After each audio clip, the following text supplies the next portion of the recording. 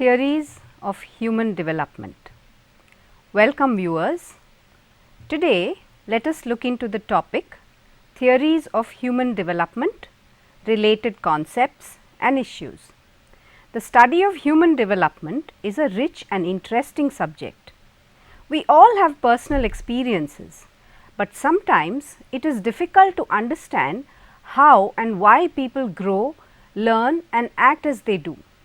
Let me give you an example. 4-year-old Divya is keen to dress herself up every morning, but lo, she regularly wears her shoes on the wrong feet, misses buttons and puts shirts on inside out. When her mother tries to help her, Divya refuses and screams, "No, let me do it." Sure, we've all come across incidents like this and been in trouble because many times it is not possible for us to come up with the right solution to such situations. Why does Divya behave in this way? Does her behavior relate to her age, family relationships, or is it an individual temperament? Developmental psychologists try to answer such questions. Developmental psychology seeks to understand, explain and predict behaviors that occur throughout a person's lifespan from conception to death. The scientific study of human development seeks to understand and explain how and why people change throughout their lives. This includes all aspects of human growth: the physical, emotional, intellectual, social, perceptual and personality development. This field is broad based and examines a range of topics such as motor skills, cognitive development, executive functions, moral understanding, language acquisition, social change, personality, emotional development, self-concept and identity formation. It also looks into the influences of nature and nurture on the process of human development and of its periodical changes. Developmental psychology is concerned with a number of fields such as educational psychology, child psychopathology, forensic developmental psychology, child development, cognitive psychology, ecological psychology and cultural psychology. The well-known developmental psychologists of the 20th century are John Bowlby, Yuri Bronfenbrenner, Erik Erikson, Sigmund Freud, Jean Piaget, Lawrence Kohlberg, Lev Vygotsky and many others. The theories forwarded by them are John Bowlby, attachment theory; Yuri Bronfenbrenner, ecological systems theory; Erik Erikson, psychosocial development; Sigmund Freud, psychosexual development; Lawrence Kohlberg, moral development; Jean Piaget, cognitive development; Lev Vygotsky, cultural historical psychology development. Of these, Sigmund Freud's concepts have had a significant impact on the perceptions of the public. Now, let us look at some famous theories of human development.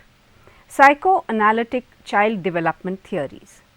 John Bowlby believed that mental health and behavioral problems could be attributed to early childhood.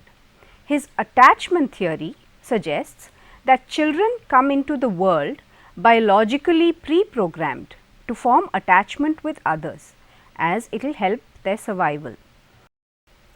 He also said that the fear of strangers represents an important survival mechanism built in by nature. Babies display certain innate behaviors called social releasers like crying, smiling, crawling. Such actions ensure proximity and contact with the mother or attachment figure and stimulate caregiving from the adults. The fact that determines attachment is not food, but care and responsiveness. The attachment figure is the safe base for exploring the world. This acts as the case in point to all future relationships. Yuri Bronfenbrenner, a Russian-born American developmental psychologist, is known for his ecological systems theory of child development. Ecological systems theory specifies 4 types of nested environmental systems: the microsystem, mesosystem, exosystem and macrosystem. Each system contains roles, norms and rules that initiate strong development. Microsystem: the direct environment in our lives such as our home and school. Mesosystem: the relationships that connect to the microsystem. Exosystem: the larger social system. The child plays no role. Macrosystem refers to the cultural values, customs and laws of society. This conceptualization of development from the family to economic and political structures is viewed as part of the life course from childhood to adulthood. Sigmund Freud, the Austrian neurologist, is best known for developing the theories and techniques of psychoanalysis.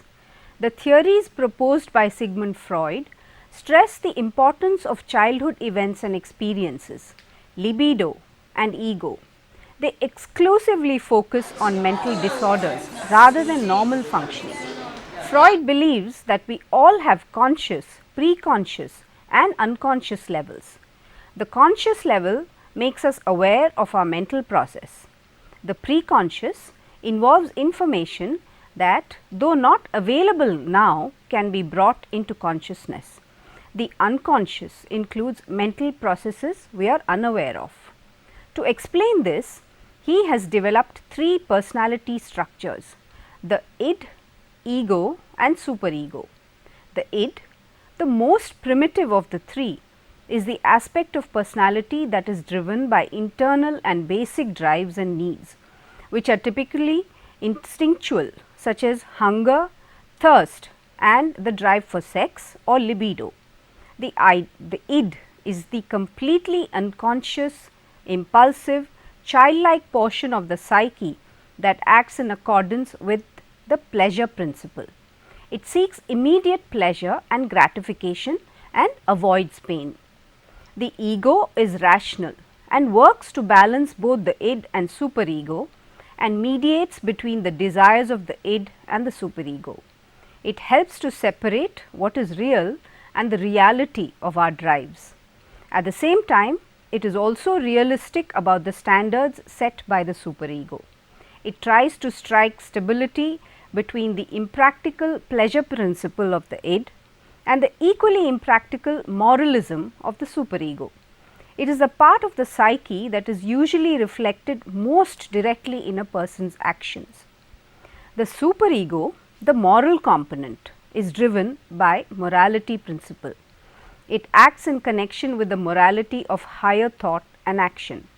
The superego plays the critical and moralizing role. Instead of instinctually acting like the id, the superego works to act in socially acceptable ways.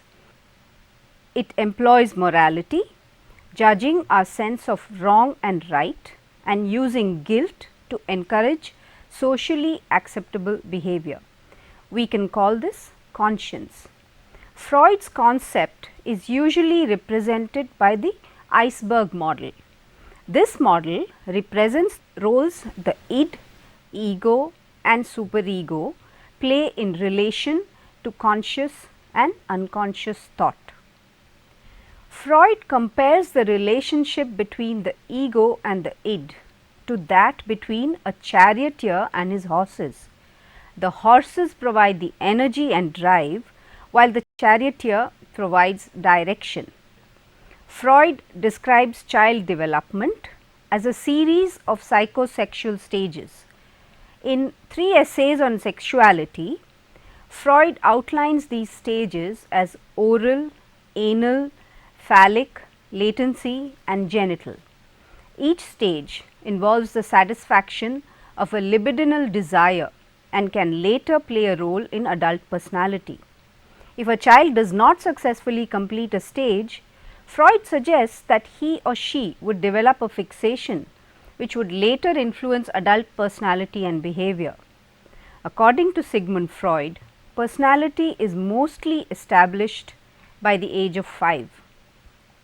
Early experiences play a large role in personality development and continue to influence behavior in later life. Psychosocial development. Erich Homburger Erikson, a German-born American developmental psychologist, is known for his theory on psychosocial development. He is most famous for coining the phrase identity crisis. Whereas Freud is an id psychologist, Erikson is an ego psychologist. He emphasizes the role of culture and society and the conflict that can take place within the ego itself, whereas Freud underscores the conflict between the id and the superego. Erikson affirms that as the ego develops, it successfully resolves crises which are distinctly social in nature. This involves establishing a sense of trust in others, in developing a sense of identity in society, and in helping the next generation prepare for the future. Erikson enlarges on the Freudian thoughts by focusing on the adaptive and creative characteristic of the ego. He expands the notion of the stages of personality development and includes the entire lifespan. Erikson's theory claims that the humans develop throughout their lifespan, and this development consists of 8 stages which occur in different periods. Trust versus mistrust during infancy, autonomy versus shame and doubt during early childhood, initiative versus guilt during play age, industry versus inferiority during school age, identity versus role confusion during adolescence, intimacy versus isolation during young adulthood, generativity versus stagnation during adulthood, integrity versus despair occurs in old age. Each of these stages has a positive as well as a negative crisis. Each stage builds upon the successful completion of earlier stages. The challenges of stages not successfully completed may reappear as problems in the future. Erikson believes that each stage of development is focused on overcoming a conflict. The crises are of a psychosocial nature because they involve psychological needs of the individual conflicting with the needs of the society. For instance, the primary conflict during the adolescent period involves establishing a sense of personal identity. This results in role confusion. According to Erikson's theory, successful completion of each stage results in a healthy personality and acquiring of basic virtues. Basic virtues are characteristic strengths which the ego can use to resolve subsequent crises. Erikson was greatly inspired by father of our nation, Mahatma Gandhi, and his non-violence movement. His book, Gandhi's Truth on the Origins of Militant Non-Violence, won the Pulitzer Prize for General Non-Fiction and the US National Book Award in the category Philosophy and Religion. Cognitive development. Cognitive development is a field of study in neuroscience and psychology. It focuses on a child's development in terms of information processing, conceptual resources, perceptual skill, language learning and other aspects of brain development. It is cognitive psychology compared to an adult's point of view. Cognitive development is the emergence of the ability to think and understand. Cognitive theory is concerned with the development of a person's thought process.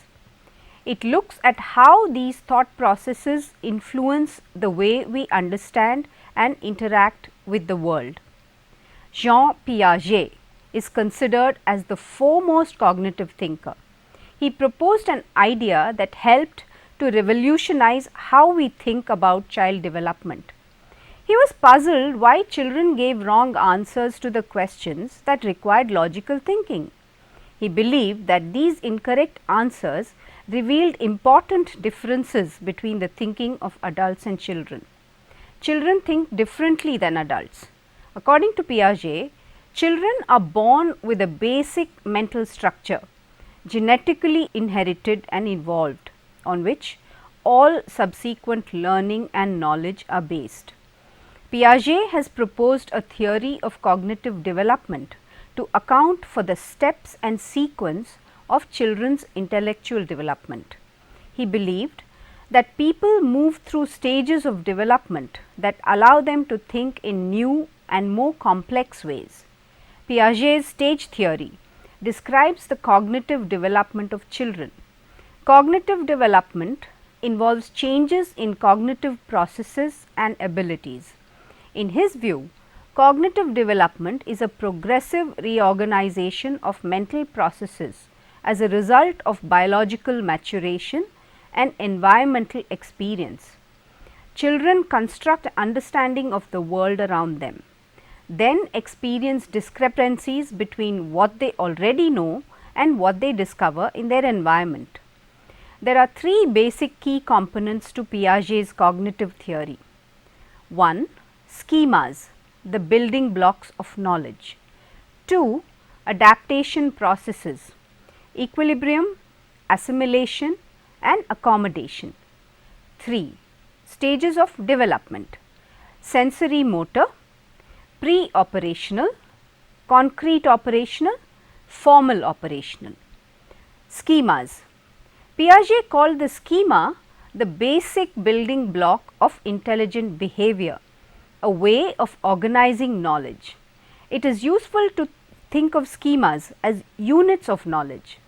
Each one relates to one aspect of the world, including objects, actions and abstract concepts. In Piaget's view, a schema includes both a category of knowledge and the process of obtaining that knowledge. As experiences happen, this new information is used to modify, add to or change previously existing schemas.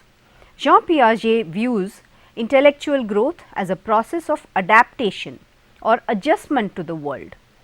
Adaptation processes, equilibrium, assimilation and accommodation. Equilibrium or a state of cognitive balance is when a child's existing schemas are capable of explaining what it can perceive around it. For example, a child may have a schema about a type of animal such as a dog. If the child's sole experience has been with small dogs, a child might believe that all dogs are small, furry and have 4 legs. Assimilation is using an existing schema to deal with a new object or situation. In case the child encounters a very large dog, the child takes in this new information, modifies the previously existing schema to include this new information.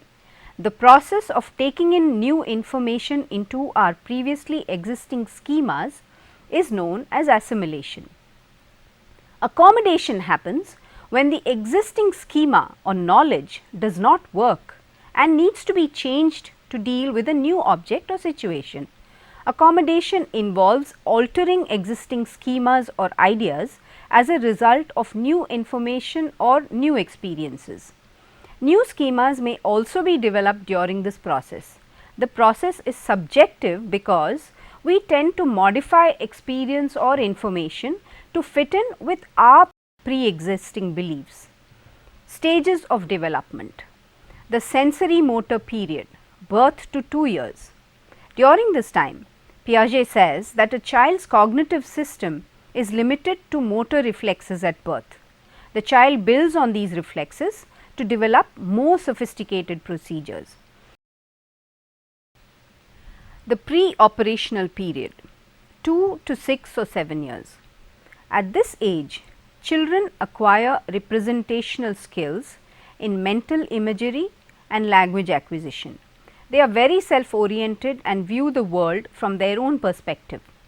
The concrete operational period, 6 to 7 to 11 to 12 years. Children in this stage are able to take another's point of view and take into account more than one perspective simultaneously. Piaget views that they cannot yet perform on abstract problems and cannot consider logical outcomes. The formal operational period, 11 to 12 years to adulthood. Children who attain the formal operation stage are capable of thinking logically and abstractly.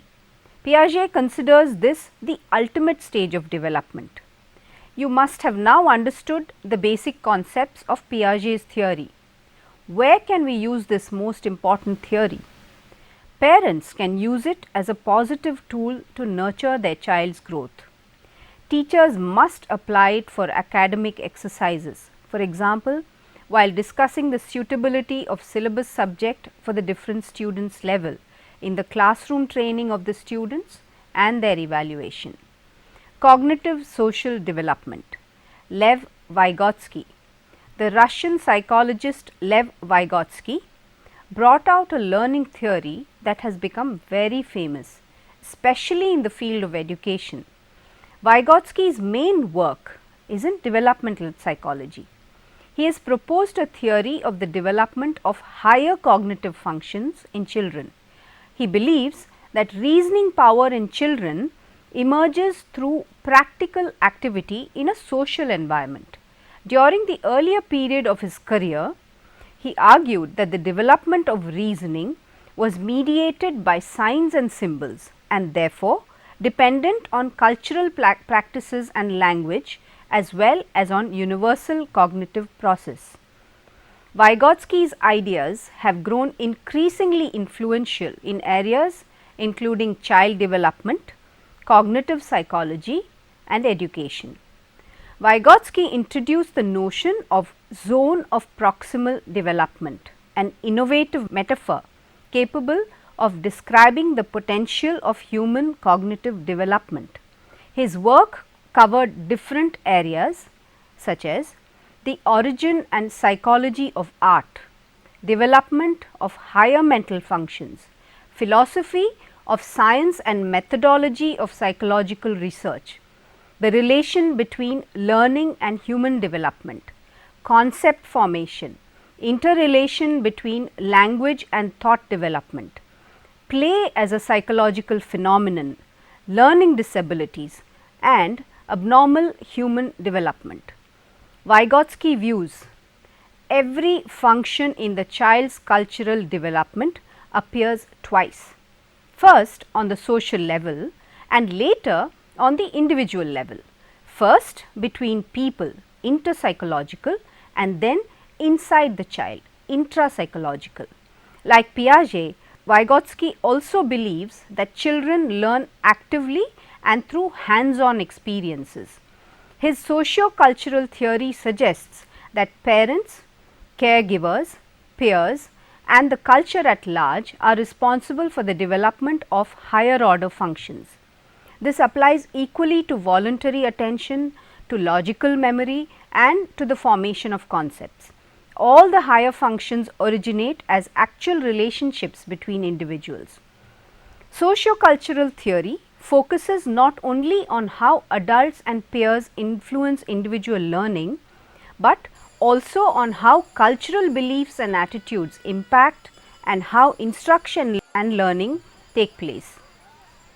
Vygotsky has introduced an important concept in socio-cultural theory, the zone of proximal development, ZPD. It denotes the range of tasks that a child has to complete while in the process of learning. The lower limit of ZPD is the child's level of skill reached, working independently. It is as the child's actual development level. The upper limit is the child's level of potential skill it can reach with the assistance of a capable instructor. Essentially, it includes all of the knowledge and skills that a person cannot yet understand or perform on his or her own, but is capable of learning with guidance. Now, examine this. Little Ramu is playing with shapes toys. He cannot figure out how to fit the shapes to their designated holes. Ramu's dad shows him how each shape fits into its required hole. Ramu initially makes mistakes, but soon learns it properly. Dad leaves him now to complete the task. According to Vygotsky, the zone of proximal development is the distance between the actual development level as determined by independent problem solving and the level of potential development as determined through problem solving under adult guidance or in collaboration with more capable peers. The concept of the ZPD is widely used to study children's mental development as it relates to education. It is seen as a scaffolding, a structure of support points for performing an action. Scaffolding is a process through which a teacher or a more competent peer helps the student in his or her ZPD as necessary and withdraws this help when it becomes unnecessary, like a scaffold that is removed from a building after construction is completed. To have an effective scaffolding, one must start at the child's level of knowledge and build from there. Scaffolding is a key feature of effective teaching and can include modeling a skill, providing hints or cues, and adapting material or activity. In the classroom, scaffolding can be performed with just about any task. Vygotsky theory promotes learning contexts in which students play an active role in learning, in contrast to the traditional teaching method, transmitting information to students. A contemporary application of Vygotsky's theory is reciprocal teaching, used to improve students' ability to learn from text. In this method, teacher and students collaborate in learning and practicing 4 key skills: summarizing, questioning, clarifying, and predicting. The teacher's role in the process is reduced over time. The roles of the teacher and student are therefore shifted, as a teacher should collaborate with his or her students in order to facilitate meaning construction in students. Learning therefore becomes a reciprocal experience for the students and teacher. Behavioral development. Behaviorism is the theoretical perspective in which learning and behavior are described and explained in terms of stimulus-response relationship. The key assumptions of behaviorist theory are: the environment influences behavior. People's behaviors are a result of their interaction with the environment. They become conditioned to respond to certain ways based on responses like feedback, praise, and rewards. Learning is described through stimuli and responses. Behaviorists focus on observable events rather than people's thoughts, feelings, and beliefs. Learning must involve a behavioral change. Learning does not occur unless there is an observable change in behavior. Learning must result when stimulus and response occur close together in time. Learners must associate their response with a stimulus. These two must happen in conjunction with each other. Animals and humans learn in similar ways. Behaviorists conducted their experiments using animals because they believed the study of animals could explain human learning behavior. Behavioral child development theories deal only with observable behaviors. Here, development is considered a reaction to rewards punishments, stimuli and reinforcement. The major behaviorists you should know are John Watson, known as the father of behaviorism; Ivan Pavlov, best known for classical conditioning; B. F. Skinner, famous for operant conditioning; and Edward Thorndike, well known for the law of effect. Ivan Petrovich Pavlov was a Russian physiologist known primarily for his work in classical conditioning. While at the Institute of Experimental Medicine, Ivan Petrovich Pavlov carried out his classical experiments on digestive glands. Pavlov investigated the gastric function of dogs and later of children by collecting, measuring and analyzing the saliva and its response to food under different conditions. Pavlov's dogs, restrained in an experimental chamber, were presented with meat powder and their saliva was collected. He noticed that the dogs tended to salivate before food was actually delivered to their mouths. He set out to investigate this psychic secretion, as he called it. Over time, he noticed that salivation of dogs happened merely by the presence of the handler or by a clicking noise produced by the device that distributed the meat powder. Surprised by this finding, Pavlov paired the meat powder with various stimuli such as the ringing of a bell. After the meat powder and bell, auditory stimulus were presented together several times. The bell was used alone. Pavlov's dogs responded by salivating to the sound of the bell without the food. The bell was able to acquire the ability to trigger the salivation response. Pavlov regards the meat powder an unconditioned stimulus UCS and the dog's salivation as the unconditioned response UCR. The bell is a neutral stimulus until the dog learns to associate the bell with food. Then the bell becomes a conditioned stimulus CS, which produces the conditioned responses CR of salivation after repeated pairings between the bell and food. Classical conditioning involves learning to associate an unconditioned stimulus that already brings about a particular response or a reflex with a new conditioned stimulus, so that the new stimulus brings about the same response. Classical conditioning is classical since it is the first systematic study of basic laws of learning or conditioning. Classical conditioning focuses on using preceding conditions to alter behavioral reactions. The principles of classical conditioning have influenced preventative antecedent control strategies used in the classroom. Burrus Frederick Skinner, commonly known as B. F. Skinner, is an American psychologist, behaviorist, author, inventor and social philosopher.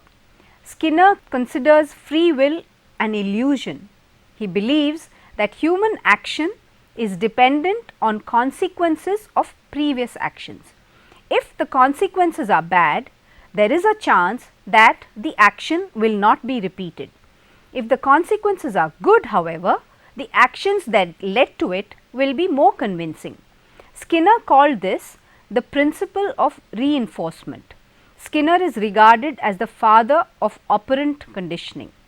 His work was based on Edward Thorndike's law of effect. Thorndike studied learning in animals using a puzzle box. Skinner introduced a new term into the law of effect, reinforcement. Behavior which is reinforced tends to be repeated, gets strengthened. Behavior which is not reinforced tends to die out or weakened. Skinner studied operant conditioning by conducting experiments using animals which he placed in a Skinner box, similar to Thorndike's puzzle box. He coined the term operant conditioning. It means roughly changing of behavior by using reinforcement given after the desired response. Skinner identifies 3 types of responses or operants that can follow behavior. Neutral operants, responses from the environment that neither increase nor decrease the probability of a behavior being repeated. Reinforcers, responses from the environment that increase the probability of a behavior being repeated. They can be either positive or negative. Punishers, response from the environment that decrease the likelihood of a behavior being repeated. Punishment weakens behavior. Sometimes our own behavior is affected by either reinforcement or punishment. As a child, you probably tried out a number of behaviors and learnt from their consequences. The simple way to shape behavior is to provide feedback on learner performance. For example, through compliments, approval, encouragement and affirmation such as saying very good, well done, can certainly do very well, rightly presented and so on. Social development. Albert Bandura, Social Cognitive Theory (SCT) is used in psychology, education and communication. It holds that a portion of an individual's knowledge acquisition can be directly related to observing others within the context of social interactions, experiences and outside media influences. In other words, the survival of humanity is dependent upon copying the actions of others. SCT is the result of the work done by Neil E. Miller and John Dollard in 1941. They identified 4 key factors in learning new behavior. 1. Drives, 2. Cues, 3. Responses and 4. Rewards. According to Bandura's theory of child development, children learn new behaviors from observing other people. There are 5 core concepts associated with the SCT framework. 1. Observational learning modeling. 2. Outcome expectations. 3. Self-efficacy. 4. Goal setting. And 5. Self-regulation. Depending on whether people are rewarded or punished for their behavior and the outcome of the behavior, that behavior may become a model. Self-efficacy is believing in yourself to perform action. It is the belief in one's capabilities to organize and execute the courses of action required to manage prospective situations. The best example is Ekalavya, the hunter boy in the Mahabharata, whose observational learning and self-efficacy make him an efficient archer. Bandura, along with his students and colleagues, conducted a series of studies known as the Bobo doll experiment to find out why and when children display aggressive behaviors. These studies demonstrated the value of modeling for acquiring novel behaviors. Unlike behavioral theories, Bandura believes that external reinforcement is not the only way that people learn new things. Instead, intrinsic reinforcements such as a sense of pride, satisfaction and accomplishment could also lead to learning. By observing the actions of others, including parents and peers, children develop new skills and acquire new information. Social cognitive theory has been applied to many areas of human functioning, such as career choice and organizational behavior, as well as in understanding classroom motivation, learning and achievement. Issues in theories of human development. So far, we have looked at the major theories of human development and how they have been adapted in the field of education. Now, let us consider some of the issues in these theories seen by the psychologists. Nature versus nurture. The debate over the relative importance of heredity and the environment is one of the oldest issues in philosophy and psychology. Philosophers like Plato and Descartes supported the idea that some ideas are inborn. On the other hand, thinkers like John Locke argued for the concept of tabula rasa, a belief that the mind is a blank slate at birth, with experience determining our knowledge. Today, most psychologists believe that it is an interaction between these two forces that cause development. Some aspects of the development are distinctly biological, such as puberty. However, the onset of puberty can be affected by environmental factors like diet and nutrition. Early experience versus later experience. The second vital consideration involves the relative importance of early experiences versus those that occur later in life. Have you wondered about this? Are we more affected by events that occur in early childhood, or do later events play an equally important role? Psychoanalytic theorists tend to focus upon events that occur in early childhood. According to Freud, much of a child's personality is completely established by the age of 5. If this is indeed the case, those who have gone through deprived or abusive childhoods might never adjust or develop normally. In contrast to this view, researchers believe that the influence of childhood events need not necessarily have a dominating effect over behavior throughout the life. Many people with less than perfect childhoods go on to develop normally into well-adjusted adults. The classic example is Mahabharata's Karna, ill-fated to suffer abuse, but turns out to be a great warrior because of positive reinforcement. Continuity versus discontinuity.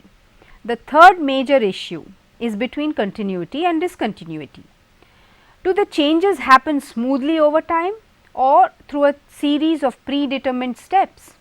Some theories of development argue that changes are simply a matter of quantity. Children display more of certain skills as they grow older. Other theories outline a series of sequential stages in which skills emerge at certain points of growth.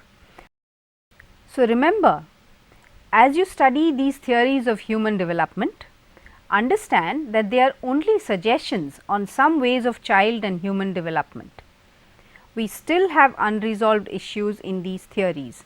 That is why the research and studies in this field continue to expand, because no two human beings are the same at any time, either in behavior or in cognition.